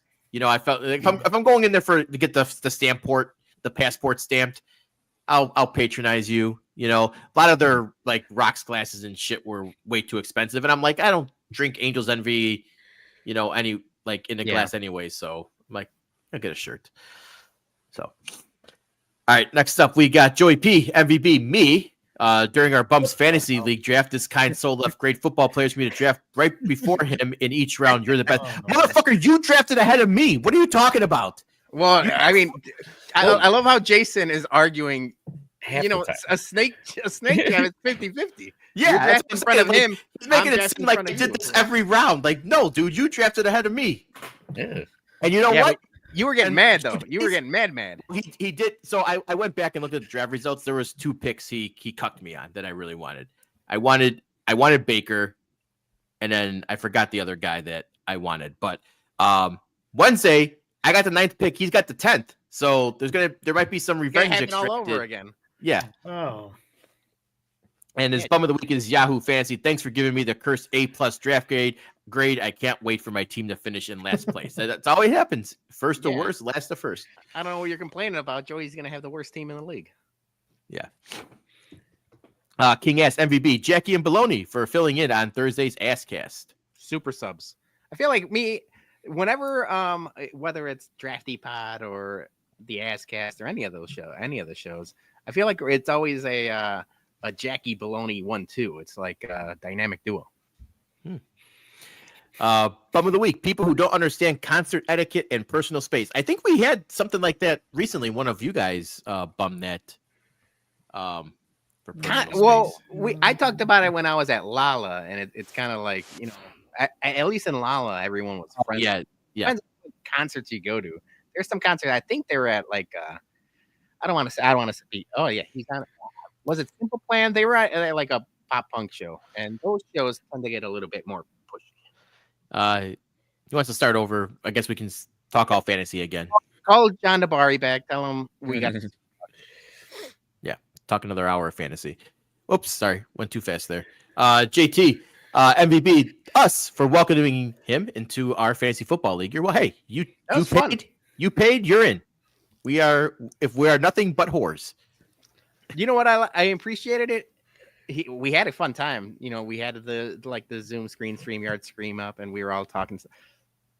JT Jeff, he's a funny guy. He added some quick wit to him, which I could appreciate. So that was fun. Like, wasn't some Joe Blow off the street. I like Jeff. Bum of the week, mock draft wait times, draft full. We'll start in 14 minutes. There should be Yahoo has to fix some of that shit though, because the mock drafts is bad. Yeah, like, well, even when we were, when we were still waiting, everyone was ready to go, and it was we still gotta wait 10 minutes. Yeah. Everyone's there ready to go 10 minutes early. You have to wait. I paused the draft for 5 minutes, couldn't unpause it. We didn't know that. We didn't know that. Brutal. You cannot unpause it. That was tough. Yeah, so don't pause it. Yeah. You can't unpause. Yep. All right, next up we got Jerry O'Sullivan, MVP. All the dads that helped me grill 150 burgers and 150 hot dogs yesterday. That's a lot of meats. So shout out to all and now I'm curious, Jerry, did all the dads just come up and be like, "Oh, what you got there?" Oh, it's a lot of New Balances. Yeah. Like Jason's referring to the Family Guy episode, right? Just flipping the burgers. You have to go up to the grill with the beer and be like, "Oh, what you got there? A couple burgers? You got some dogs? Yeah. What kind of hot dogs are those? Oh, what kind of meat is that? Is that chuck? Is that sirloin? Gotta ask those questions. Bonus MVP, the weather yesterday, no bum this week. Yeah, weather's nice now, man. Getting that nice in fall the 70s. vibe. We got a little bit of football weather. We got a little crisp in the air. This morning I got to work. There was just a little bit of a chill, which I like. He confirms there's a lot of New Balance. Yeah. Oh, okay. Yeah, Air Monarchs everywhere. Yeah. Lawn cutting shoes. All right, next up we got Turkey. MVP, the NFL finally coming to save my mental health and at the same time make it worse. But I wouldn't have it any other way. The NFL giveth and the NFL taketh away. It's back, baby. All right, bum of the week. We got a long one here. Countryside, Jack in the Box. I had a doctor's appointment today, which meant I had time for myself. I decided to take a detour and grab something to eat because I knew I had the time. It took about 45 to 50 minutes from pulling in to finally getting out with my order. There was zero hustle and zero competency. It doesn't matter the line being long and busy. I get it. Portillo's and Chick-fil-A are good examples of that. You know what? That was been the complaint on the reviews for all the Jack in the Box locations that the waits are up to an hour. It's been bad. I would leave. There's more to the story. I wasn't gonna Jason. I didn't think you were gonna read the whole thing. I was not. So go to the bums and MVBs. But the short end of it is there were people. Those are like 3 coolers that they have, and they were sorting the food to get into the cooler. I guess there was a delivery. The entire time that Julie was there, which was like 50 minutes, that food was just sitting in the parking lot with the sun hitting it. And it's like you could see like that box. That there's food inside of that box just sitting in a parking lot. And they said they were taking their sweet ass time. I thought Jack in the Box was like, I guess it's overhyped because we never had them. The 2 locations that are close to us, Orland Park and Countryside, they're some terrible reviews. Julie went online. It was 2.8 stars or whatever. She had the food. I've never had Jack in the Box. She said it was awful. She said it wasn't worth it. So I was like, man, Jack in the Box, you're the big hype of them coming to they shot themselves in the foot. Bad management, Well, of course the food's bad because it's in those boxes for 50 minutes. Yeah, that sucks. Dougie, I know you tried to go a couple times, right? Yeah, I've tried to go 4 times already. I'm just waiting. And it'll probably close before I get to it. Yeah, they're gonna be shut down. Yeah, shut down. health code violation right there, That- man. That happened to me with Checkers. Like when Checkers made a big Oh comeback. gosh, Checkers. Like I waited too long and they were closed. But seriously though, like if some health code Oh, yeah. inspector saw that, they'd immediately get shut down for having that food sit out there. Like, Yeah, that's not good. That'd be it. She said it was one guy, like some like young teenager sorting through everything, taking his sweet ass time, not giving a fuck about anything. And I was like, yeah, of course. Yeah. I mean, how many times you think he's probably had to do that? Yeah. I mean, I'm not, defending No, the kid, yeah, but, no, yeah. if it's just one dude, like the way that the lines have been, it's probably been freaking nuts. Making $15 an hour. Extra salmonella for free. yeah, I'm staying away from Countryside Jack in the Box for a while. For the time being. Yep. Next up is Taco MVB Jose for the amazing draft and draft merch, and bum of the week, stupid ass Chiefs. No, that's an MVB, stupid ass Chiefs. So for those that don't know, our guy Jose and Taco, they had a friendly bet. Whoever between the Bears and the Chiefs, whoever won, the opposite person had to wear that jersey. So this is Taco in a Jay Cutler Bears jersey. And I'm gonna say, I know like he likes to go into the gym and everything else. He keeps himself right. This is the best he's ever looked by far. With this Bears jersey on, this is the best Taco's ever looked. Bears colors look good on you. Also, he needs to work on his bear claw because he looks like he's just like That's a rookie mistake. That's a rookie mistake. He's looking like he's like gripping like like the siding, guy- or the. Taco ain't never squeezed some titties apparently. Yeah, so he's having a seizure or something. Yeah. All right. Next up, we got Jose. MVB. Me. I am the best commissioner. Look at this year's league's caps, rings, and sacco. Yeah, looks pretty good. Yeah. Over the week, Taco for drafting 2 kickers. That's that. You know what? I'm happy that we're going up against Taco in our bums versus boneheads. This is going to be easy. The guy's drafting 2 kickers. He's probably going to have 3 defenses too. This is going to be the easiest team win for us. He's actually air checking. He went. Did he go to too many Colts games? He's jerking air dicks. Bum of the week ×2. Taco for also choosing Henry as his keeper over Bijan. Yeah, that's okay. It's questionable. Yeah, I don't hate that one unless it's Hunter Henry. If it's Hunter Henry over Bijan, then we have problems. Jeff Bartlett, MVB, Colson Montgomery, and Torpedo Bats. Yes, agreed. Bum the Miami Dolphins for complaining 2 weeks later about the physical joint practice with the Bears. We're hearing reports of both the Dolphins and the Bills complaining about the Bears defense being, they called it cheap and like maybe too tough during practice. I like the sounds of that. I like what Dennis Allen's doing. I like that the Bears defense are a little bit of assholes. We need more of that. We need more assholes in this town, especially from our sports teams. Maybe not people. Yeah. Next up, and finally, Mailman Jack, MVB, Mini World 84. She took us on a culinary trip through the Minnesota State Fair over the weekend and sold me on checking it out next year. He's got some pictures of some fried foods there. And then bum of the week, Big Brother at the post office monitoring my idle time through our scanner. Don't worry what I'm doing. Everything is getting delivered. What do you mean by idle time there, Jack? No breaks for Jack. What are you doing in your truck there? He's letting Jerry Seinfeld deliver everything. I better not have any stained envelopes come to my house. Stained envelopes. Oh shit.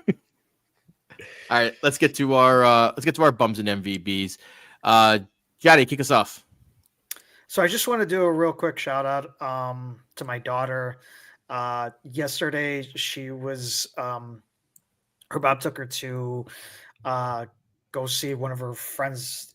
They know a lot of people in the music industry, and they went to go see REO Speedwagon and Styx.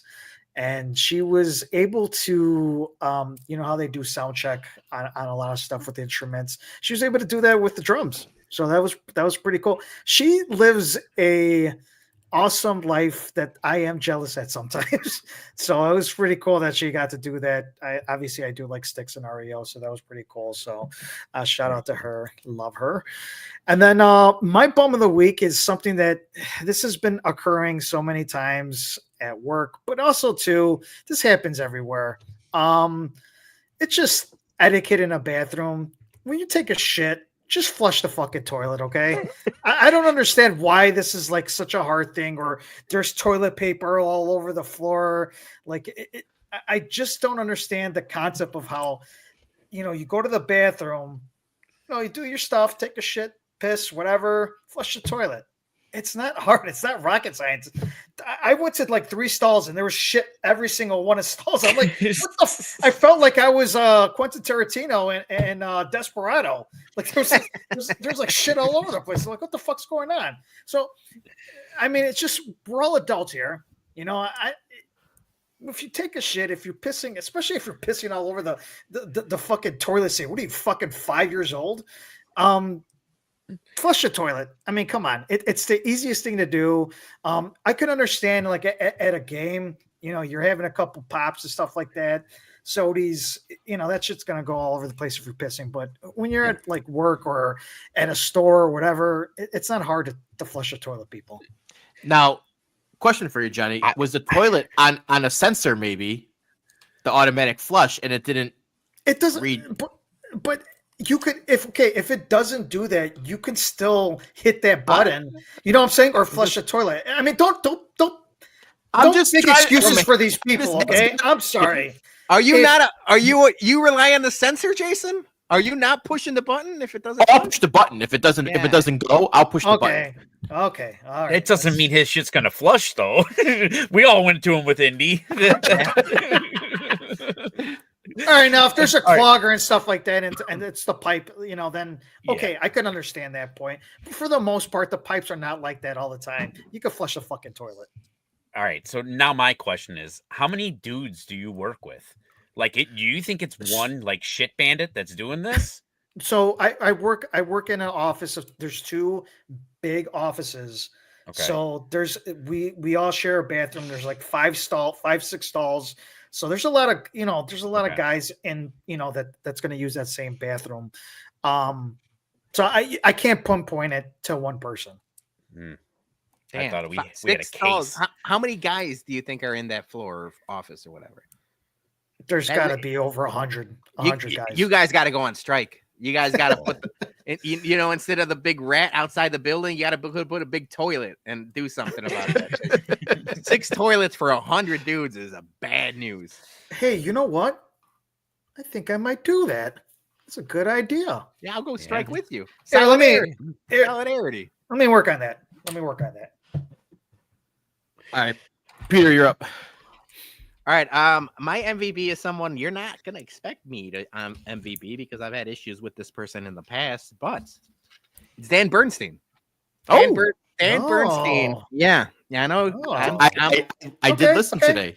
I'm a big Schrift guy. I've had my issues with 670 to score in the past. Mostly they're producers, not necessarily on-air talent. But I've said it on this show. I was never a big Bernstein guy, but I always knew that he was a big part of Chicago sports culture and Chicago sports media.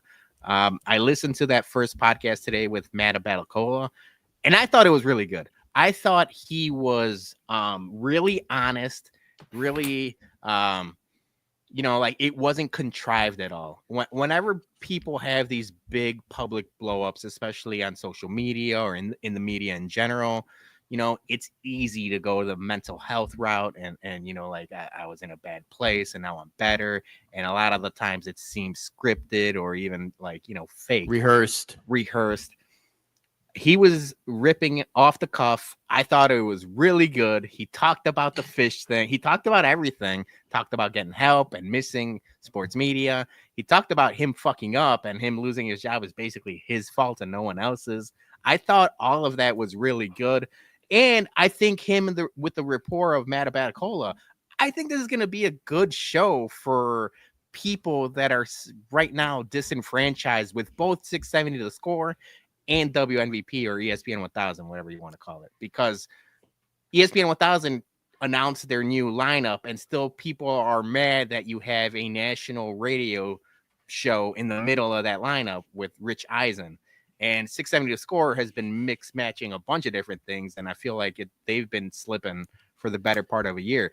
if Dan Bernstein's going to come out with a daily podcast, and he said he's going to do a Bears one, and then he's going to be doing a bunch of different things, there's a market ripe for the taking. And he might be, I mean, he really is a gigantic name in Chicago sports, but like he's getting there at the right time. So I got to give him his flowers when it's due. I didn't like the guy for a long time, but I thought that first episode was pretty good. I'll probably give it a shot for the foreseeable future until he probably pisses me off and I'll stop listening. But I think one of the things that's going to help him too is not having idiot callers. Yeah. So I thought about that. He mentioned like the Stonecutter, like the emails that like he'll still read and stuff like that. I feel like you still have to have some sort of rapport, because he talked about him being off of X and it's not good for his mental health, and he's just like he's not going to be on social media. And we know a lot of people like that. You know, a lot of people have moved on to Blue Sky, and you know, Twitter is a dumpster fire for the better part of the last couple of years. But I still think he still needs to have like a give and take with, I don't know if it's callers or people leave a voicemail or something. So we'll see what it turns out, but I got to give him his due. Like, it was a good first episode, and it was a lot better. Like, obviously, like even the shit with like Eddie Barstool, we all had like Eddie's side on it and stuff like that, but he was pretty contrite about like his flaws, basically. Yep. Yeah. Sorry, was that all you had? That was all I had for my MVB. Yeah, your bums. My bums is both Abercrombie and Fitch and Express. These are both fashion companies, or stores, if you will. They both announced deals with the NFL. And so I'm going to show you guys their game day graphics. Repping your team never looked this good. And like, so the image on the left is from Express. The image on the right is for Abercrombie. And I'm telling you right now, and I'm telling everybody that looks this good, and all these people that are going to get brunch before football and stuff like that, that my culture is not your costume. This is worse to me. This is worse to me than NFL games going to Europe. We can't have hot people getting into football. Football is for the Joe Schmoes in the world. I got a couple examples. I don't want these people, wearing bear stuff. I need these people to be wearing bear stuff. These are my people. This is what I want. I look good in that picture. This is what I want football. These are Abercrombie models. These should be the people repping Chicago Bears. I look bad in that picture. So bum of the week, Express, Abercrombie and Fitch. What's next? Banana Republic? Like, no. Get the hell out of here. I want Bears merch from the bums. That's who should be peddling the merch. It's crazy. It is crazy. Look at these guys. Look at these people. Yeah. It's crazy. You think these people know who Dane Sanzenbacher is? Maybe. No. They don't even watch football, man. Maybe. And if they do watch football, they're having it with avocado toast. At one point, Peter, this used to be some of your favorite places to shop, right? This is true, but they don't sell clothes my size anymore. When I was of course, you're fucking 40 now. When I was a skinny Peter and I was a schmedium, maybe I'd be shopping at Express before Jason invited us to some random club on a Thursday night. That's when I was shopping at Express and Abercrombie. Not no more, baby. Now I shop at Kohl's and Bass Pro Shop. Hey, Thursdays were Bourbon Street. We weren't going anywhere else. Yeah, that's true. That's true. But look at this. Look at this guy right here. And I mean, credit to Abercrombie. At least they used like some Hispanic looking dude, or he's like a little bit of culture to him. But he's still wearing like moccasins or like big oversized jeans. This outfit stinks. This is not a football Sunday outfit. I need Zuba pants. Or like overalls and a big stupid hat and like a fucking big ass michelada in my hand. This guy's not a football fan, man. So you also want to strike? You want to do a strike on these guys too, right? Yeah, burn them all down. I'm not Okay. a fan of either Express or Abercrombie. Look at I'll be there too. These are my guys. These are the That's- Bears fans right here. Thank you. Not my Bears shirt. Not my Bears shirt. Yeah, not my Bears Yeah. fashion. Look at that. Carhartt, boots, rain jacket, poncho, snow, weather. That's what we need. I keep on getting reminded about that particular game because I was so fucking cold in that game. I had to leave in the third quarter, and I came back at my house looking like fucking ET when he was dying. I just thawed out. I was completely just covered in thaw. I had a thaw. That was the worst tailgate ever. Those guys would never survive this game. They would have never survived this game. Nope. Yeah. That's the other thing. How much do you think those shirts are? They're probably like $65 a piece. Oh, that's probably like 100%. another thing. Yeah. I checked the shirt from Abercrombie on the right, the Bears jersey, and I'll give Abercrombie a little credit. They did have bigger sizes. They went up to 3X tall. $55 plus shipping. No.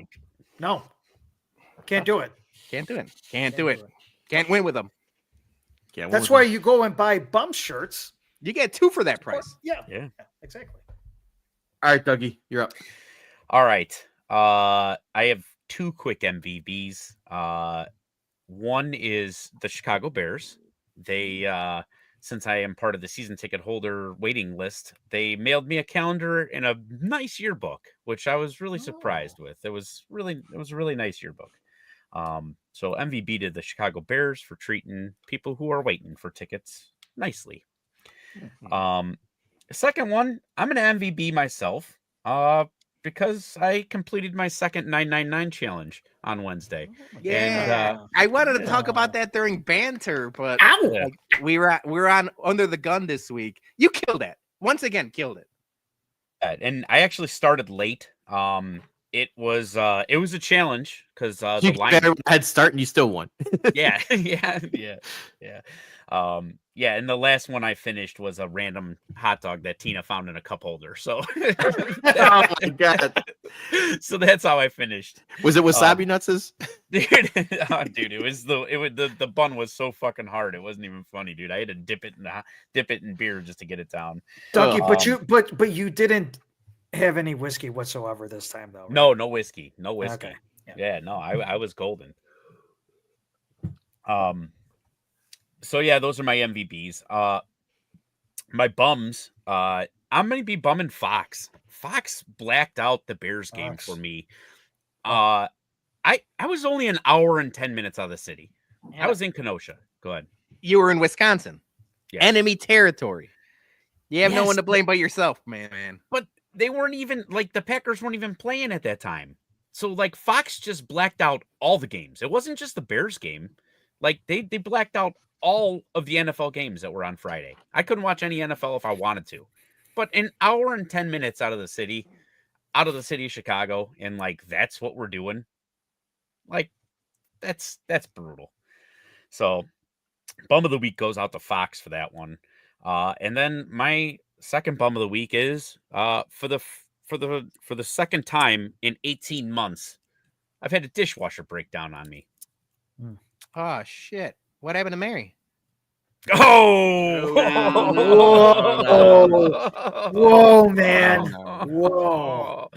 Wow! Oh man! Yeah. Well played. That was played. That was not good. We rehearsed that I want everyone to know we rehearsed that pre-show. I was not going to do that joke. I would never do that to my wife. That was bad, Peter. Bum of the week, me. He told me to do it. Julie, if What you're a watching, bum. Dougie told me to do this joke. What a bum. I would never. That was an alley-oop moment. Kobe to Shaq. Right. That was terrible. Wait But till no, LeBron. You know, so like getting to that, like, dude, 18 months in between dishwashers or whatever. These dishwashers now, they only have a 1-year warranty on them. 1 year? Like, you know, how are you not standing by your products and at least give 2 years, you know? 18 months. That's brutal, dude. And then to fix it, listen to this. To fix it, the part is $255, $500 for a new one. So what are you doing? What are you doing with your life? What is it from Sears or something? No. I mean, new ones run like $800, $900 anyway, so just get a new one. I'm just gonna get a new one. So, All right, I'm closing this out here. My bum of the week is YouTube TV again, because they put the emails out, they put the tweets out that come Wednesday we might not have Fox anymore, and they're doing this right before college football starts. They're doing this 10 days before football starts. You cannot have carriage disagreements this close to the start of football season, and they did this shit with CBS at the beginning of the year when it was March Madness was around the corner. Mhm. They did this shit last year with, I think it was like Warner Brothers or some shit like that. The common denominator seems to be YouTube TV. And I'm getting sick of them fucking trying to negotiate through the media with this shit, because apparently you keep on either trying to lowball or ask too much money. And I don't know what it is, but either way, YouTube TV, I can guarantee you, if you lose Fox before football kicks off on Saturday, you are going to have a mass fucking exodus of people going to Hulu, going to Fubo, and just bootlegging streams. This is like fucking you thought like the March Madness blowback was bad. Wait till college football starts and there's no fucking SEC games going on. They are fucked royally. And if you do get a deal done, I swear to fucking God, you better not jack up my rate another $10 within the year. Keeps going up. Because if that happens, I am definitely fucking leaving this time, because this is just cable pricing now. And Comcast could do the fucking coolest thing in the world and just be like, you know what? We're going to lower our rates like $50, $70. And people would fucking mass flock back to them. $50? Yeah. Because, Comcast is like $130 a month right now. So if they actually lowered their shit, people would flock back. Even though they suck, people would be like, no, fuck this. I'm done dealing with this shit. So YouTube TV, once again, just being a fucking piece of shit greedy corporate company. Fuck them. Bum of the week. Dude, you've bummed them so many times. It's like that girlfriend that just keeps on cheating on you, and you're like, that next time. Yeah, I swear. And another thing. I swear I'm leaving. I swear I'm leaving this time. It's not that easy, guys. I am gonna leave. I think the bigger kick in the teeth is when they throw you $10 credit. Like, here. Yeah, that's the $10 credit. That's fake funny money. That's that's gone. I don't believe that's not in my account. Yeah. Just fucking bullshit. And I'm gonna close up MVB. Me, I finally got a job, guys. I'm going back to work. Yeah, well, about that. Yep. I'm happy. Don't get me wrong. I'm happy for you. But I think us as a collective bums collective, I said that a bunch of times. It's about that time. Not for you personally, so that you answer our text before 10:30 in the morning, which I'm excited for. I'm excited to be able to text you in the morning when I'm up and like I'm up and going, and it's like I gotta talk to Jason about something. Nope, gotta wait for him to get up. Yeah. So do we know the hours? We don't know the hours yet, but it's a day shift, and we'll be up early. But the 6-month national nightmare is over. Finally getting back out there. So, Jason, did you set an alarm for 10 a.m. to wake up? No, that was just natural, baby. Natural alarm clock. Okay. That was the Kramer alarm clock. Like natural alarm clock is when Dougie's getting lunch. Yeah. You just tell yourself, all right, because I would go to bed around. I would go to bed around like 2:30 in the morning, and just get my nice video games. Yeah, get my 7-8 hours sleep. JT's got a great point. Credit the ghost. He got a job so he could leave the haunted house. As soon as that happened, I got to get a job. I'm out of here. Fuck this. Sarah set all that up just to get him. You know what though? It was just me waiting for an offer, and I finally got it. So otherwise, awesome. I would have went back to like bartending or something. Buddy. But yeah, no, we're happy for you, brother. All right. One last piece of announcement as we approach the 2-hour mark here. Whiskey at Comiskey is back on September 20th with our friends from the 108, and we got a jam-packed lineup to close out the 2025 sock season, 2025 tailgate season. We got Lawrence's Fish and Shrimp, we got Beautiful and the Damned, their upstart whiskey bourbon company. Chicago-based whiskey company. Yes. So if you haven't got a chance to try them, you will get to try them on the 20th. Other half from Ramova, and then Manuscrito Tequila is coming back for round 2. So we're happy to have those guys back. But we can't thank everyone enough who showed up for our tailgates throughout this year. You guys made this year our best year yet, and we're looking forward to next year. But it's not over yet. We got one more to go, and we're going out with the bang on the 20th with our guys from the 108. So Gonna be a good one. Check our Twitter page, our link tree. And make sure you RSVP for that. So we have food counts for Lawrence's. So it's something you don't want to miss, right? Obviously, our drunk uncles, our tios from the 108, they always, provide the Lawrence's. There's always a little bit of extra shenanigans that they brought. Last time they did the coffin with the we're burying the season. Hopefully we got a little bit of shenanigans this year. But it's something I've talked with our guy Shriff. Last tailgate of the season, you don't want to miss it because you don't know what you have until it's gone.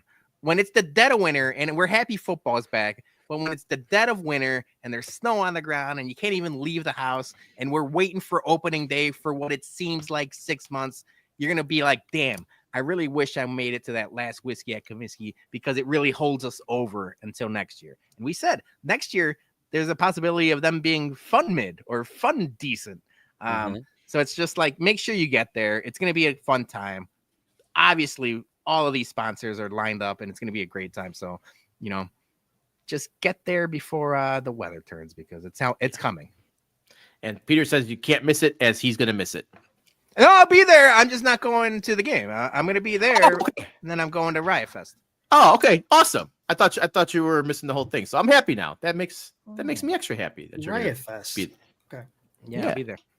All right. So that's our Fantasy Football Spectacular show. Thank you to our very special guest, John Di Bari. We appreciate you having him back. Thank you to everyone in the comments and who, asked the questions and everything. We really appreciate your participation in this.